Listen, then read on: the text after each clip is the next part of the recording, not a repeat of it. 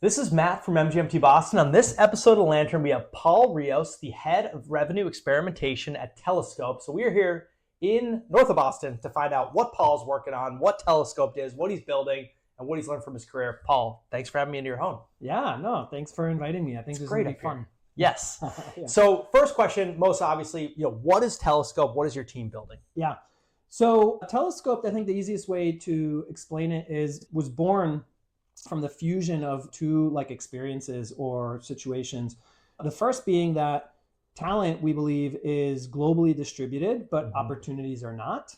And two is that a lot of venture funded startups tend to fish for technical talent in the same ponds, so to speak, right? So they go to look for engineers in SF, Boston, New York, the coasts.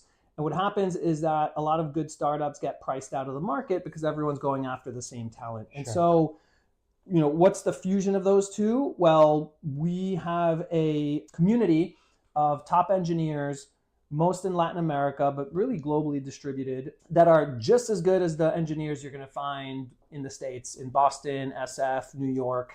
And these people are hungry for awesome opportunities to work at companies like HubSpot or Klaviyo or any of the other awesome Boston-based companies, but it's just really hard for them to break in. And so we marry those two concepts, right? And so there's a lot of good startups that can't afford the top talent in these cities.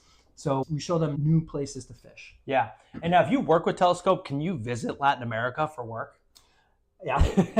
Yeah. So next question is, what is going on at Telescope? Yeah. As we reach the mid-year of 2025, what are some of the key initiatives and strategic things you all are working on with your team? It's super exciting to be talking to you now because, to be honest, when the company was born, despite the intro I just provided, a skeptic would say, hey, you're just a staffing firm. Sure. Right? So what differentiates us is that we've been applying AI for a while now, but we're starting to really crack it. And so I think the audience will appreciate this. A lot of times you kind of fake it till you make it. And so it's very human-led. And then it converted to a little bit of hybrid human AI. Sure. And it's mostly AI there now, not completely, but basically on the talent side, we have an algorithm that we call TrustRank. It's the equivalent or the analog of PageRank, Google's algorithm from when they launched their search engine.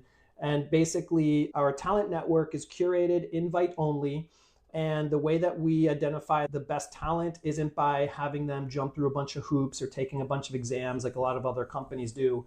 What we do is we let the community surface to us who the best talent is. And so a large component of the TrustRank algorithm is references from other engineers in the community. And so the more renowned the engineer or the more clout they have in the community, that reference counts more than if Paul Rios, who's never coded a day in his life, goes in and refers this person, sure. Right? So naturally, the community will identify who the top talent is, and it'll rise to the top. And we think that that's a pretty organic and accurate way to do it. Then we have an agentic model for the matching component. Sure. And so there's an agent that represents the talent. There's an agent that represents the hiring manager. There's a coaching agent. There's a couple other agents as well.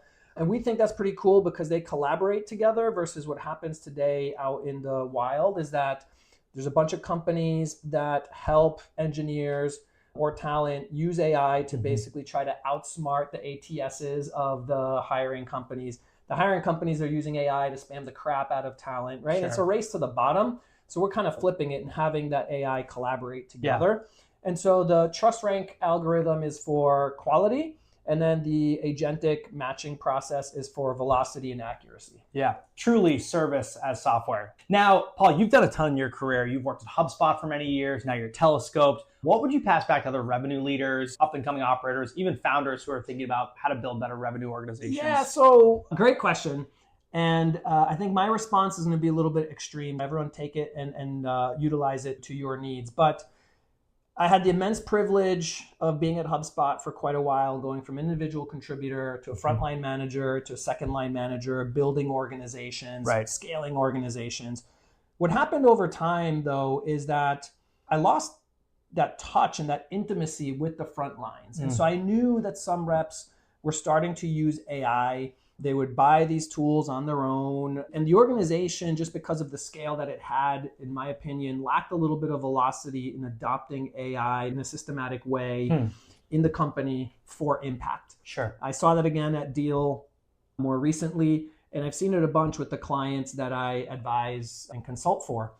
And I joined Telescope in large part so I can regain that intimacy. And that's why I think it's like a severe example or response to the question is, I went from managing 60, 70 people teams with like $80 million a year quotas to being an individual contributor with a wonky title like head of revenue experimentation.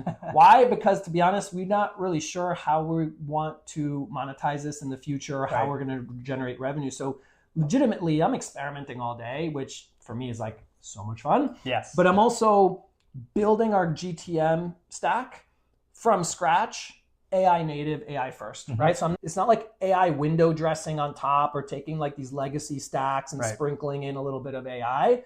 Like I started from a blank sheet and we went through a bunch of iterations from like Apollo to Clay to N8N, Zapier, and I'm still iterating. But going back to your original question is, don't be afraid to reinvent yourself or do what's necessary to stay relevant. Because I honestly feel that if I had stayed the path of just staying second line leader, I would lose relevancy in terms of really knowing the tools that are going to matter, not just today, but tomorrow to build the sales organizations of tomorrow. And so I said, you know what?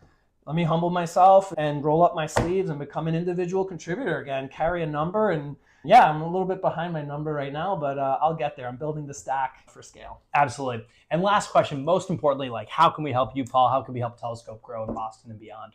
So yeah, if you're looking to hire engineers for your organizations, that's what we're doing at the end of the day. We're trying to innovate on it via AI, both on the product side and on the go-to-market side. But yeah, like nothing makes us prouder than placing an engineer who's hungry and wants to have impact in a up-and-coming startup. This is Paul, the head of revenue experimentation at Telescope. Matt from MGP Boston on this episode of Lantern. Thanks so much for joining us. Yeah, thank you.